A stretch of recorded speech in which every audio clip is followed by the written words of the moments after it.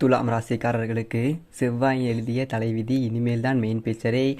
சனியுடன் இணையக்கூடிய செவ்வாயினுடைய அமைப்பா துலாம் ராசிக்காரர்களுக்கு எவை நடந்தே தீரும் என்று சொல்லக்கூடிய வகையில் எந்தெந்த விஷயங்கள் அமைந்துள்ளன என்று ஆராய்ந்து பார்க்கும்போது, ராசியினுடைய ராஜயோகாதிபதியாக இருக்கின்றார் சனி. அவருடன் இணைந்து ராசியினுடைய அதிபதியாக சுக்கிரனும் சஞ்சரிக்கக்கூடிய இந்த ஒரு வேளையில் பஞ்சமஸ்தானமாகிய 5ஆம் இடத்திற்கு செவ்வாய் வருவது என்பது நிச்சயமாக வரவேற்கத்தக்க ஒரு அமைப்பாகத்தான் பார்க்கப்படுகின்றது. ஏனென்றால் செவ்வாய் 5ஆம் இடத்தை வலுப்படுத்தக்கூடிய இந்த ஒரு வேளையில் சுக்கிரமங்கல யோகம் நிறைந்து கிடைக்கின்றதுங்க. துலாம் ராசிக்காரர்களுக்கு பொதுவாக சகாயமானவராக பார்க்கப்படுகின்றார். 2 மற்றும் 7ஆம் இடத்தோட அதிபதியாக இருக்கின்றாருங்க.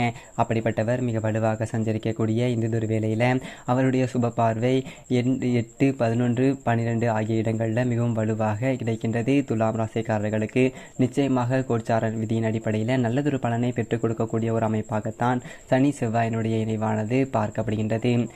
அது மட்டும் இல்லாமல் இப்போ தான் நீங்கள் நம்மளுடைய சேனலை ஃபஸ்ட் டைம் பார்க்குறீங்க அப்படின்னா சப்ஸ்கிரைப் பண்ணிக்கோங்க. அது உங்களுக்கு சிவபெருமானை ரொம்ப ரொம்ப பிடிக்கும் அப்படின்னா இந்த வீடியோக்கு கீழே ஒரு லைக் பண்ணிவிட்டு மனசை ஒரு விஷயத்தை வேணுதாக நினைத்துக்கொண்டு நம்மளுடைய கமெண்ட் பாக்ஸில் ஒரு நம சிவாய் அப்படிங்கிற மூலம் மந்திரத்தை பதிவு பண்ணுங்கள். இந்த ஒரு நிமிடம் நீங்கள் அந்த சிவபெருமான் நினைத்து இப்படி விஷயம் செய்யும்போது நீங்கள் மனசில் நினைச்ச அந்த ஒரு விஷயம் மிக விரைவாக உங்கள் வாழ்க்கையில். பொதுவாக செவ்வாயை பொறுத்த வரைக்கும் நவ கிரகங்களிலே மிகவும் வலிமை வாய்ந்த ஒரு கிரகங்களில் மிக முக்கியமானவராக நிச்சயமாக செவ்வாய் பகவான் பார்க்கப்படுகின்றார். ஏனென்றால் செவ்வாயினுடைய ஆதிக்கம் என்பது நிறைந்திருக்கும் போது தங்களுடைய வாழ்வில் அபரிவிதமான ஒரு உத்வேகமும் ஆற்றலும் அதீதமாக ஏற்படுங்க.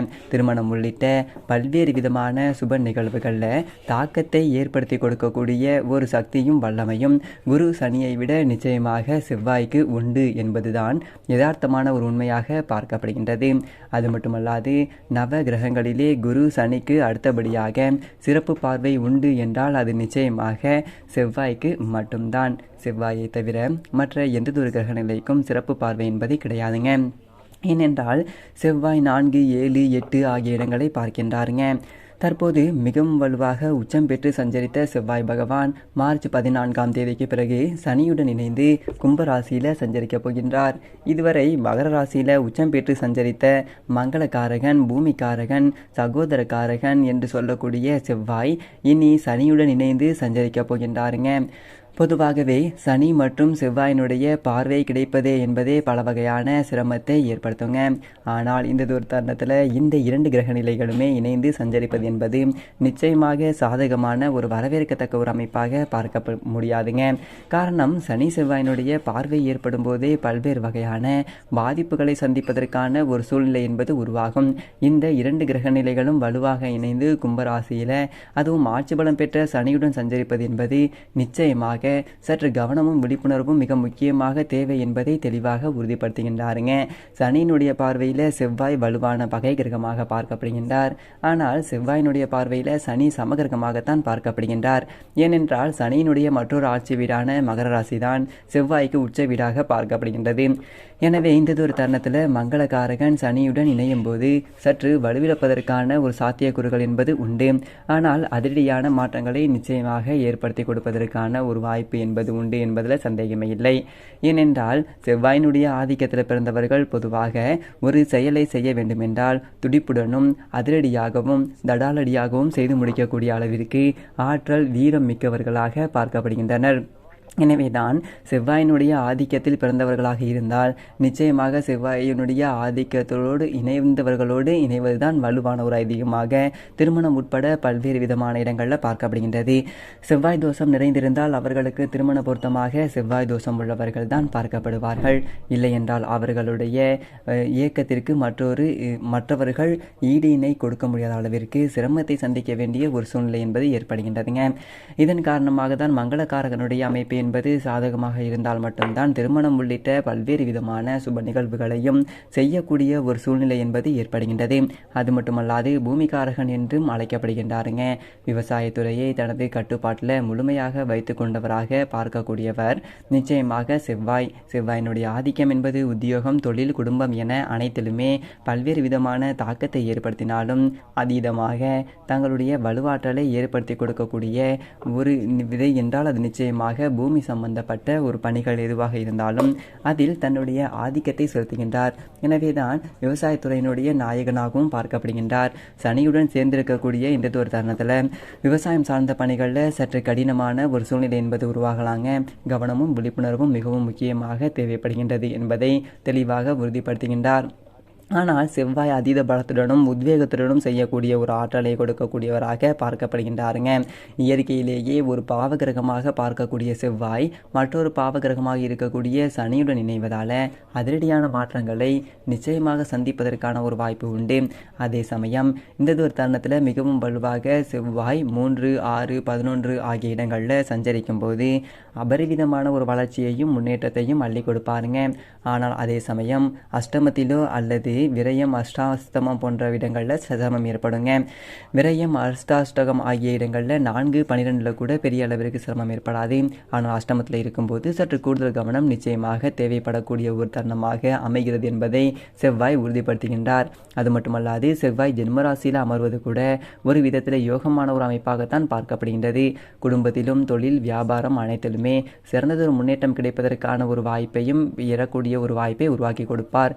ஏனென்றால் அவருடைய ஆற்றல், வீரம் என்பது மிகவும் அதீத பலம் வாய்ந்த ஒன்றாக பார்க்கப்படுகின்றது. ஆண் தன்மை வாய்ந்த கிரகமாக இருப்பவர் நிச்சயமாக செவ்வாய்தாங்க.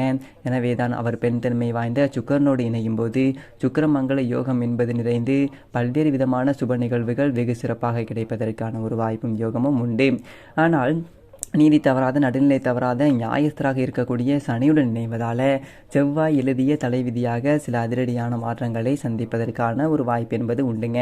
ஏனென்றால் சனியினுடைய பார்வையில் செவ்வாயினுடைய பார்வையும் ஒரே இடத்தில் சஞ்சரித்து பல்வேறு விதமான தாக்கத்தை ஏற்படுத்தி கொடுக்கக்கூடிய ஒரு வலுவான ஒரு அமைப்பில் சஞ்சரிக்கின்றனர். இதுதான் அதற்கு மிக முக்கியமான ஒரு காரணமாக பார்க்கப்படுகின்றது.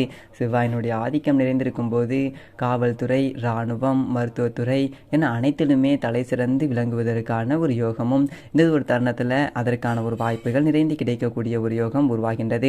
மேலும் ரியல் எஸ்டேட் துறை உட்பட பல்வேறு துறைகளில் அசுர வளர்ச்சி பெறுவதற்கான ஒரு யோகத்தை பூமிகாரகன் நிச்சயமாக சனியுடன் இணைந்தாலும் ஏற்படுத்தி கொடுப்பார் என்பதில் சந்தேகமே இல்லைங்க. செவ்வாய்க்கு நட்பு கிரகமாக குரு, சூரியன், சந்திரன் போன்ற கிரக நிலைகளும், சம கிரகமாக சனி, சுக்கிரன், புதன் போன்ற கிரக நிலைகளும் உள்ளன. பகை கிரகமாக ராகு, கேது பார்க்கப்படுகின்றது. இந்த ஒரு தருணத்தில் சமபலம் வாய்ந்த சனியுடன் செவ்வாய் இணைந்தாலும் கூட செவ்வாயை சனி பகை கிரகமாகத்தான் பார்க்கின்றார். எனவே அதிரடியான மாற்றங்களான செவ்வாய் எழுதிய தலைவிதியாக அமைவதற்கான ஒரு வாய்ப்பு உருவாகின்றது. இப்படி செவ்வாயினுடைய அமைப்பு இருக்க துலாம் ராசிக்காரர்களுக்கு செவ்வாய் பூர்வ புண்ணிய ஸ்தானமாகிய 5ஆம் இடத்திற்கு வந்திருப்பது என்பது நிச்சயமாக பல்வேறு வகையில் ஏற்படக்கூடிய சிரமங்களை குறைக்கக்கூடிய ஒரு அமைப்பாகத்தான் பார்க்கப்படுகின்றது. ஏனென்றால் ராசியினுடைய ராஜ யோகாதிபதியான சனி அங்கு ஆட்சி பலம் பெற்று சஞ்சரிக்கின்றாருங்க. பொதுவாக இந்த இணைப்பு வரவேற்கத்தக்க ஒரு அமைப்பு இல்லை என்றாலும் கூட கோச்சார விதியின் அடிப்படையில் 5ஆம் இடமாக இருப்பதால் பூர்வீக சொத்துக்கள் மற்றும் குடும்ப ரீதியான பல பிரச்சனைகள் வெகுமளவில் குறையக்கூடிய ஒரு தருணமாக பார்க்கப்படுகின்றது.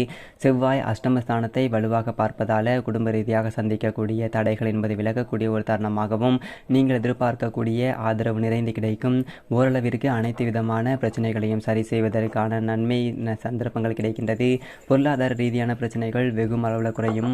அனைத்தையுமே விழிப்புணர்வுடன் கையாண்டால் பல்வேறு வகையில் புதிய வருமானத்தை உயர்த்தி கொள்ளக்கூடிய ஒரு யோகமும் நிறைந்தது ஒரு தருணமாக பார்க்கப்படுகின்றது என்பதை தெளிவாக உறுதிப்படுத்துகின்றாருங்க செவ்வாய். சுக்கிரமங்கல யோகம் நிறைந்திருப்பதால் இந்த ஒரு தருணத்தில் நீங்கள் எதிர்பார்க்கக்கூடிய திருமணம் உட்பட பல்வேறு விதமான சுப நிகழ்வுகளை இனிமையாக நடத்தலாம். லாபஸ்தானத்தில் வலுவாக பார்ப்பதால் அசையும் அசையா சொத்துக்கள் வாங்குவதற்கான ஒரு யோகமும் உண்டுங்க. தொழில்துறை, வியாபாரம், உத்தியோகம் சார்ந்த பணிகளில் சில அலைச்சல்கள், அதிகமாக உழைக்க வேண்டிய ஒரு சூழ்நிலை, சற்று சாதகமற்ற போக்கு இருந்தாலும் கூட அவற்றில் பெரிய அளவிற்கு பாதிப்பு ஏற்படவில்லை என்பதை தெளிவாக இந்த இணைவு என்பது உறுதிப்படுத்துகின்றது. எனவே அவற்றை எண்ணி கவலைப்பட வேண்டாங்க. நகரக்கூடிய மாறுதல் என்பது நிச்சயமாக மாற்றத்தை ஏற்படுத்தி கொடுக்கக்கூடிய ஒரு வகையில்தான் துலாம் ராசிக்காரர்களுக்கு உள்ளது. எனவே இந்த ஒரு தருணத்தில் கலைத்துறை ரீதியான பணிகளிலும் நல்லதொரு வளர்ச்சி என்பது நிறைந்து கிடைக்கக்கூடிய ஒரு யோகம் உண்டுங்க. உங்களை பற்றி தவறாக விமர்சித்தவர்கள் கூட அவற்றை புரிந்து கொள்வதற்கான ஒரு யோகம் கிடைக்கின்றது. அரசியல் சார்ந்த பணிகளில் சிறப்பான ஒரு முன்னேற்றத்தை தருவதற்கான ஒரு யோகம் உண்டு. கல்வியில் நல்லதொரு முன்னேற்றம் கிடைக்கக்கூடிய ஒரு தருணமாக பார்க்கப்படுகின்றது. பெண்மணிகளை பொறுத்த வரைக்கும் சுக்கிரன் மிக வலுவாக சஞ்சரிப்பதோடு மட்டுமல்லாது குருவும் சாதகமாக சஞ்சரிக்கின்றார். இந்த ஒரு தருணத்தில் சனி மற்றும் செவ்வாய் சாதகமாக சஞ்சரிக்கக்கூடிய ஒரு அமைப்பு என்பது பார்க்கப்படுகின்றது. பெண்மணிகளுக்கு ஒரு பொன்னான தருணமாக பார்க்கப்படுகின்றது. தங்களுடைய வாழ்வில் மிகப்பெரிய ஒரு மாற்றத்தை சந்திப்பதற்கான ஒரு வாய்ப்பும் நல்லது அனுபவ ரீதியாக மற்றும் ஒரு யோகம் நிச்சயமாக இந்த ஒரு தருணத்தில் நிறைந்து கிடைக்கப் போகின்றதுங்க.